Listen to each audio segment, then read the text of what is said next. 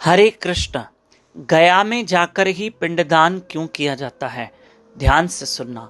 वो इतनी पवित्र भूमि है कि सब वहीं जाके अपने पितरों का, पूर्वजों का श्राद्ध और पिंडदान करते हैं। तो क्यों? उसका कारण सुनिए। इससे पहले इन दिनों पितृपक्ष जो चल रहा है, आपसे एक विनंती है कि आप जितना हो सके पितरों के लिए दान, धर्म, भक्ति, नाम सिमरन करें। ये 15 दिन भक्ति के हैं। 21 सितंबर तक आपको डेली हमारे साथ यूट्यूब चैनल दामोदर दास पे सुबह 4:30 से 5:30 बजे तक लाइव रहना है। यूट्यूब चैनल दामोदर दास पे लाइव रहेगा। आप जप करिए, हरि कथा सुनिए। रोज हम पितरों को अर्पण करेंगे। हाँ, भोजन से पितरों की तृप्ति होगी, भजन से पितरों की मुक्ति होगी। राधे श्याम, राधे श्याम। पितरों की मुक्ति होगी, इसलिए खूब भजन। हरे कृष्ण कृष्ण कृष्ण हरे हरे, हरे राम राम राम हरे हरे। अब गया तीर्थ में क्यों जाते हैं, इसको ध्यान से सुनना। गयासुर यानी एक असुर था। ब्रह्मा जी जब सृष्टि की रचना कर रहे थे तो एक असुर की रचना हो गई। ये गयासुर की रचना हो गई। अब गयासुर वो किसी को परेशान नहीं करता था, लेकिन उसे यह पता था कि मैं असुर हूं, तो क्यों न मैं तपस्या करके भगवान को रिझाऊं। और मैं भी चाहता हूं कि दुनिया सब मुझसे प्यार करे, क्योंकि असुरों से तो कोई प्यार नहीं करेगा, देवताओं से सब प्यार करते हैं। तो गयासुर को लगा कि सब मुझसे भी प्यार करें। तो इसलिए गयासुर ने घोर तपस्या की, भगवान नारायण को रिझाया। भगवान मेरे हरि ने कहा, क्या वरदान चाहिए? बोला, प्रभु मुझे एक ही वरदान दो कि मुझे जो देखे, जिसको मेरे दर्शन हो या जो मुझे स्पर्श करके जाए, उसके सारे पाप नाश हो जाए। भगवान ने कहा, तथास्तु। अब जो गयासुर को देखते, दर्शन करते, उसका कोई इसको टच करके जाता तो सारे सामने वाले के पाप धुल जाते गयासुर को देखकर। अब ये होने लगा कि लोग पाप कर रहे हैं, गयासुर को देख रहे हैं, फिर पाप कर रहे हैं, फिर गयासुर को देख रहे हैं। तो पूरी सृष्टि का बैलेंस बिगड़ रहा था।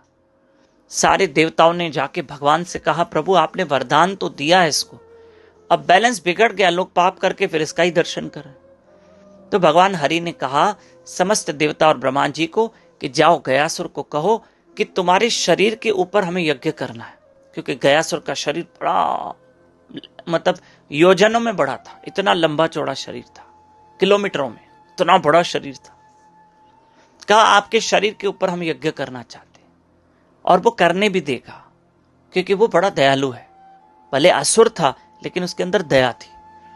सारे देवता गए, कहा आपके शरीर जो इस वक्त निष्पाप हो चुका है, हम आपके निष्पाप शरीर के ऊपर यज्ञ करना चाहते हैं।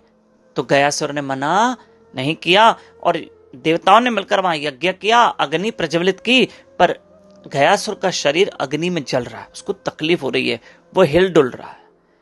भगवान नारायण आए और अपनी गदा से उसके शरीर को स्थिर किया, शांत कर दिया, और वहां यज्ञ संपन्न हुआ और वहां गयासुर का शरीर जलने लगा था। अब वो मृत्यु के कगार पे आ गया था। पर भगवान ने कहा, अब भी तुमने बड़ा बलिदान दिया है, हम आपसे संतुष्ट प्रसन्न हैं, मांगो क्या चाहिए। कहा प्रभु अब मैं तो मृत्यु को प्राप्त हो रहा हूं, एक कृपा करो, जहां मेरा इस वक्त शरीर है, जितना अभी जहां मेरी मृत्यु होगी, यानी ये स्थान इतना पवित्र हो जाए, जिस स्थान पर मेरा शरीर पड़ा है, सोया हुआ है, ये स्थान इतना पवित्र हो जाए कि जो भी आके अपने बड़ों का श्राद्ध करे तो उसका कार्य सफल हो, मोक्ष गति हो, और मेरे नाम से ही इस भूमि का नाम पड़े।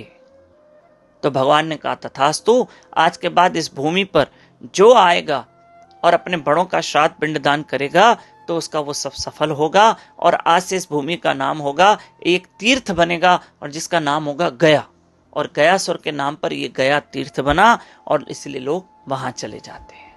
मैं आपसे एक रिक्वेस्ट करता हूं, इन दिनों आप बहुत भजन करना और बहुत नाम सिमरन, खूब माला जपना, हरे कृष्ण कृष्ण कृष्ण हरे हरे, हरे राम राम राम हरे हरे।